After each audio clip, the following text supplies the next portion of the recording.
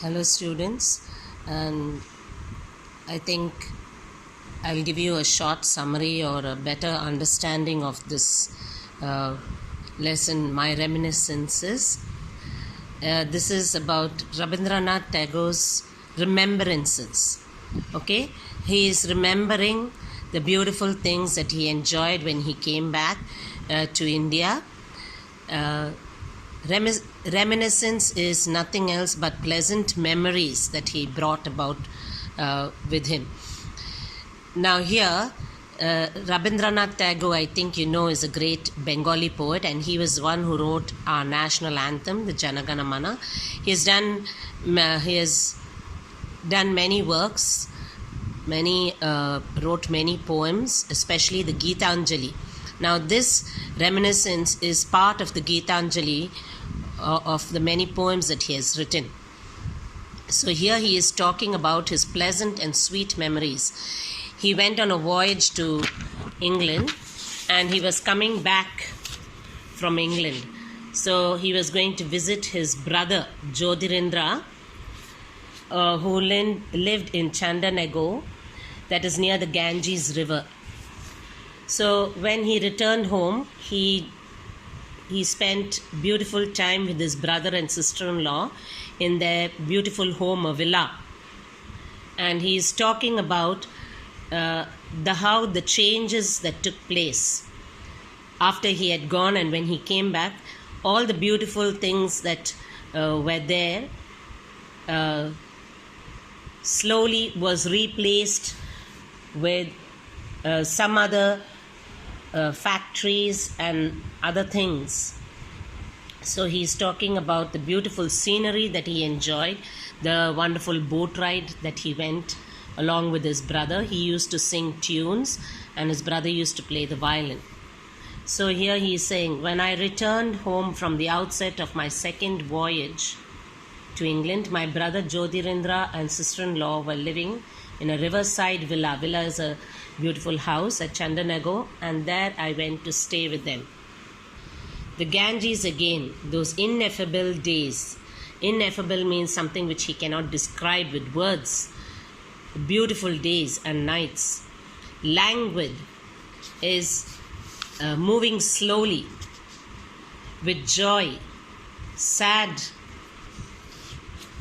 with longing, attuned to the plaintive babbling of the river, the sound of the river along the cool shade of its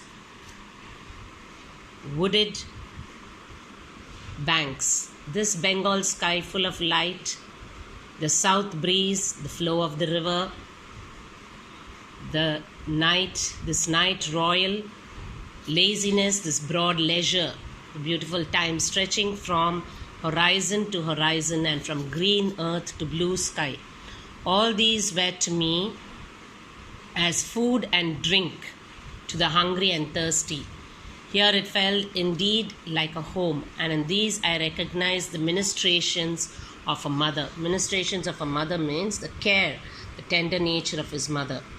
That was not so very long ago, and yet time has wrought. That means has brought about many changes.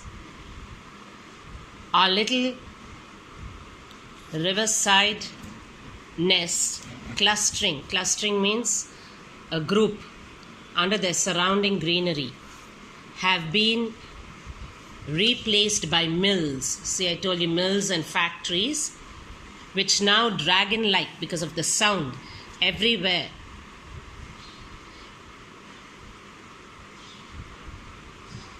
Rear their hearing heads, belching forth. Belching forth means bringing up air and smoke, black smoke. In the midday glare of modern life, even our hours of mental siesta, that means the rest in our mind, every department of life. Maybe this is for the better, but I, for one, cannot account it wholly to the good. So he's saying the beautiful things which were there have been replaced by mills and factories which are bringing out smoke and giving out loud noises. So these lovely days of mine at the riverside passed by like so many dedicated lotus blossoms floating down the sacred stream. So on the Ganges river there were lotuses growing. Some rainy afternoons I spent in Veritable. Veritable means more exciting. So his afternoons were exciting. Veritable frenzy, a very exciting moment. Singing away old Vaishnava songs to my own tunes. Accompanying myself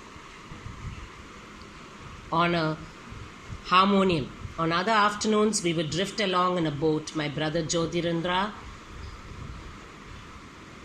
accompanying my singing with his violin.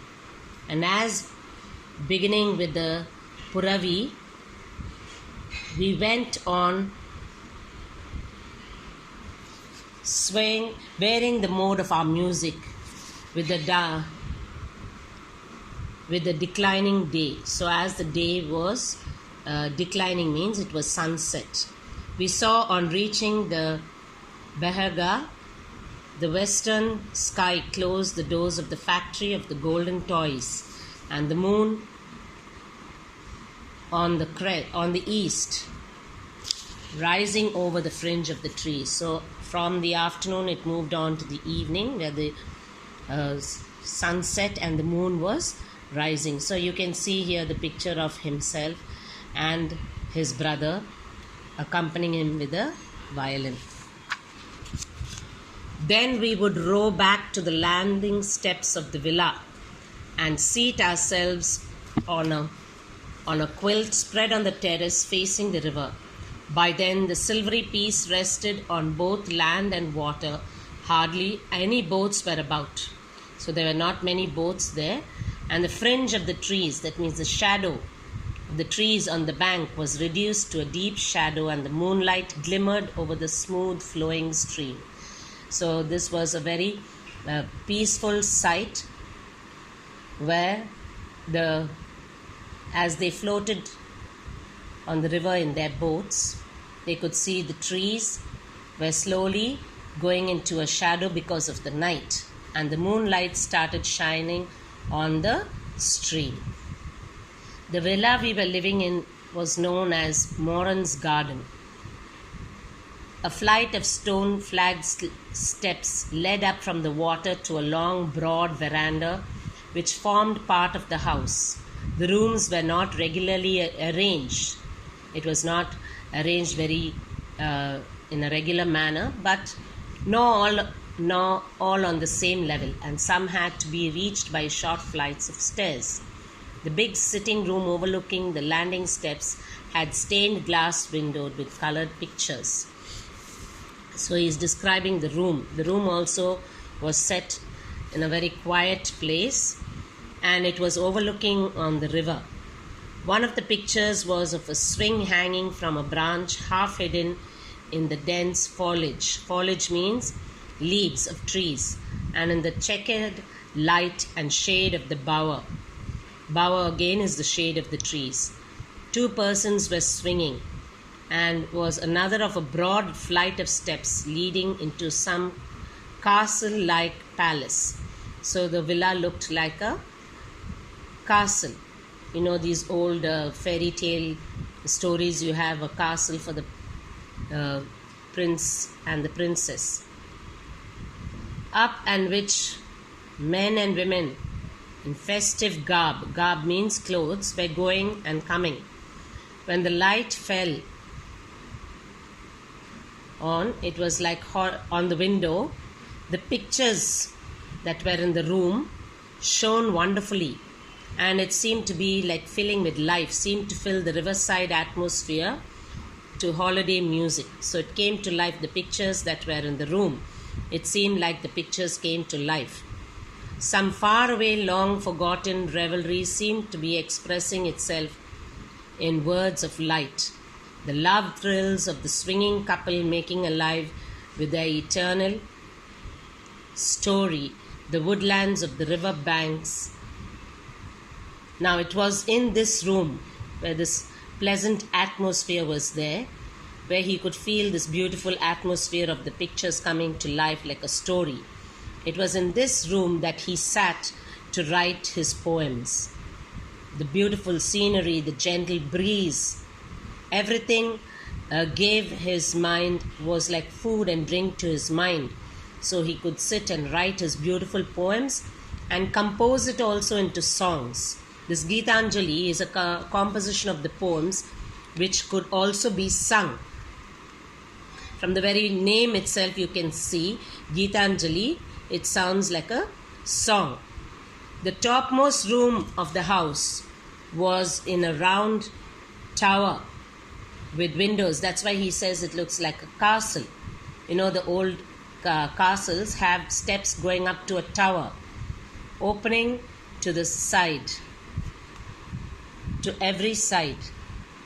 This I used as my room for writing poetry. Nothing could be seen from thence, save the tops of the surrounding trees. So nothing could be seen except the top of the trees and the open sky. I was then busy with the evening songs, and of this room I wrote. So there, where in the breast of limitless space, clouds are laid to sleep. So this beautiful atmosphere, he sat in this room and he wrote his poem. He was enlightened and he was influenced by this beautiful atmosphere to write the poems. I have built my house for thee, O Posey. So he says this house and this room was built like for him to write his poems. Posey means a few lines of the poem. So I hope you understood now, children, and you read the lesson again and learn the meanings given in the glossary.